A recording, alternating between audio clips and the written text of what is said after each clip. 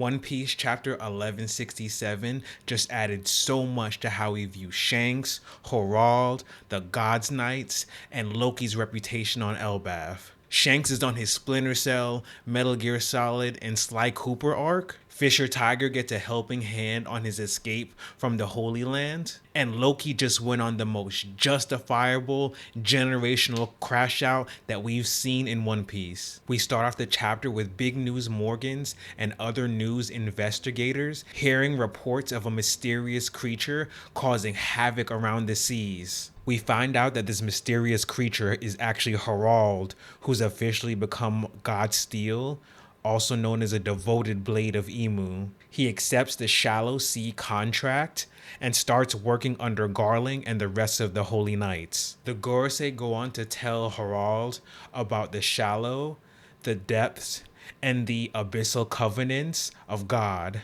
And Herald is wondering, what do you mean by God? Noshijuro goes on to tell Herald that only when he becomes a proper Holy Knight is when he'll be able to learn about the true depths of the world. And this is a pretty interesting point because I had originally thought that Emu himself gave out these covenants to whoever was in his inner circle, but now I'm starting to see that the Gorosei themselves have the power to hand out these different covenants to different characters in attempts to keep Emu's identity secret. They go on to say that only 13 individuals actually have the depths and abyssal covenants, and I'm guessing it's the 5 Gorosei and 8 Holy Knights. So it'll be interesting to learn more about how the covenant actually works, because it's always been a question about how the Gorosei and the Holy Knights are able to have their regeneration powers and how the Gorosei are able to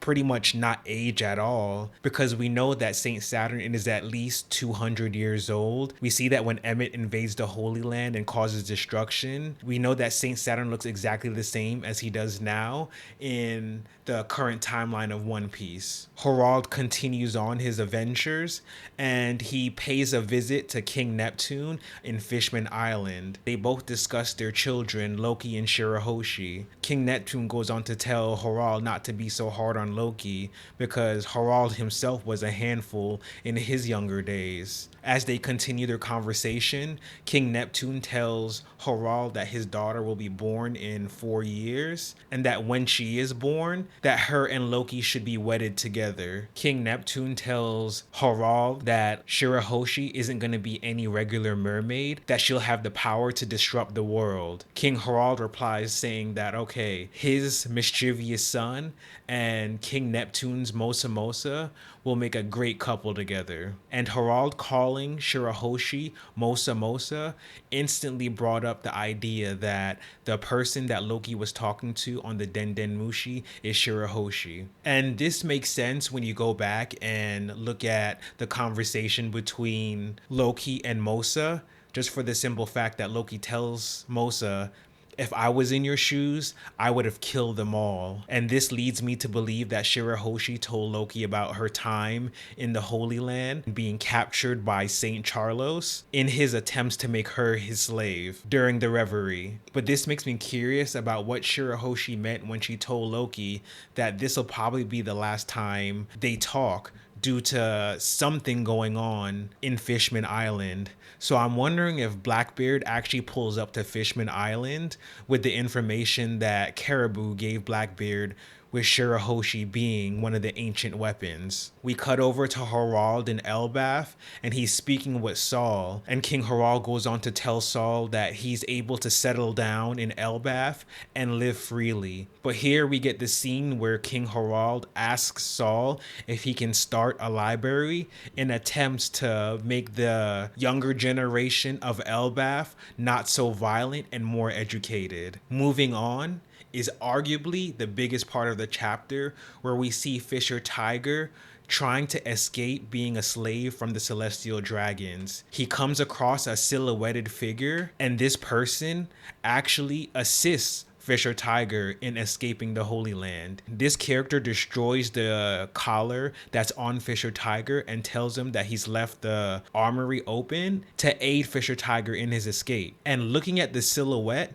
we can tell that it's a young Shanks. Fisher Tiger goes on to save Boa Hancock and her sisters, Koala, and many other slaves from the Celestial Dragons. And I love that Oda ties Shanks into Fisher Tiger's escape because it adds so much more lore to Fisher Tiger and Shanks' backstories. Continuing on in the chapter, Garland goes on to introduce Shanks to Harald as his son. Harald looks at Shanks and says, "You look very familiar, like we've met before in the past." And this goes on to bring up a question like, when and where did Harald and Shanks cross paths? I'm thinking it may have been when Harald was working with the Marines to take out pirates in the Grand Line. Somehow, some way, Roger and Harald could have clashed or crossed paths somewhere. And this is where Harald meets Shanks. Now, this is where things get really interesting. We see Shanks with a bandage over his eye, and I'm thinking that Shanks and Blackbeard crossed paths before Shanks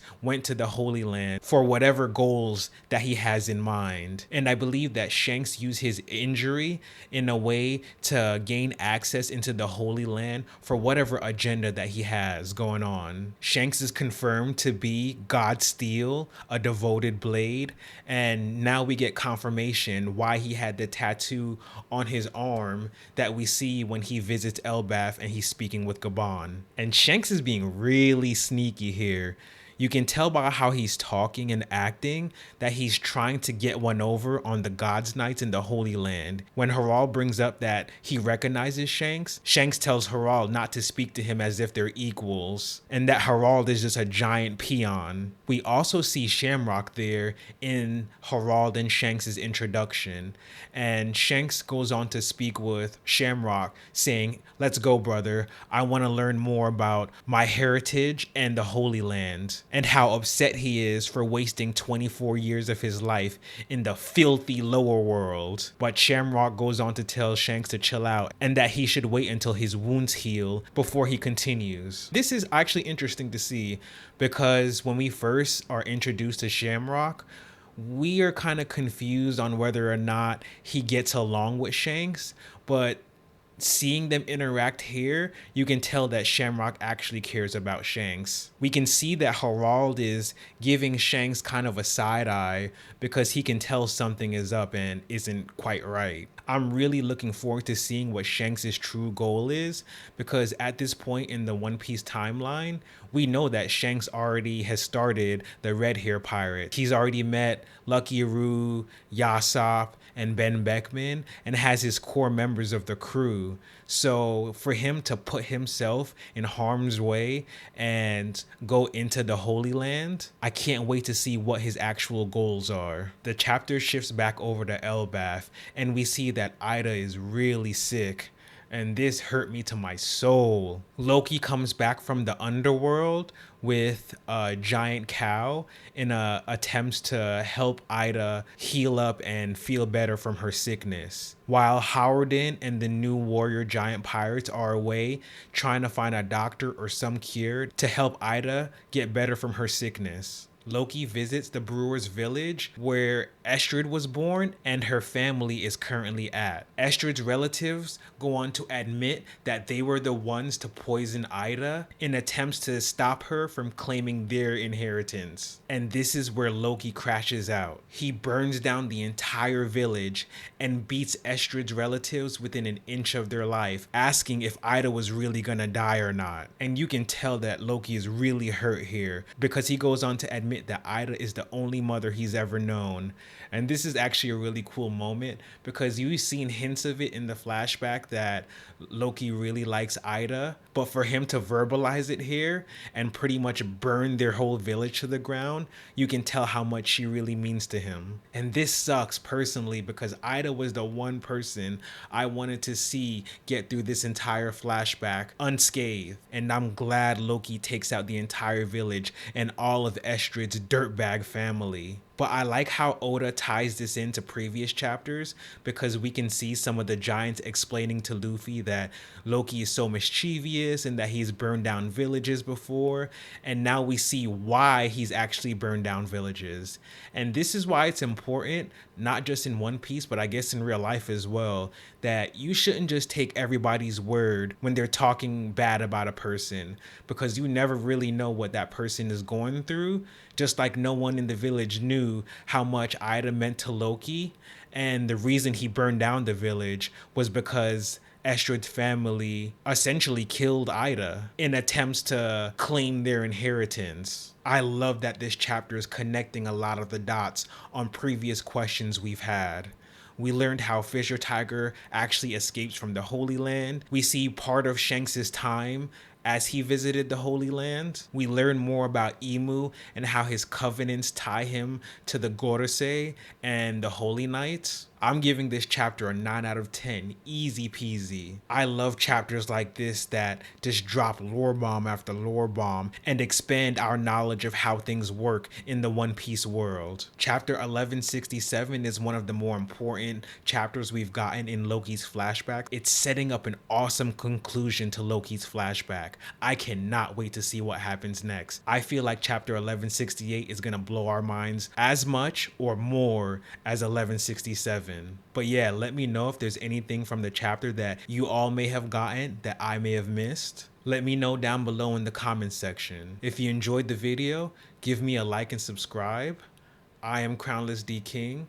Stay safe, stay blessed, one love.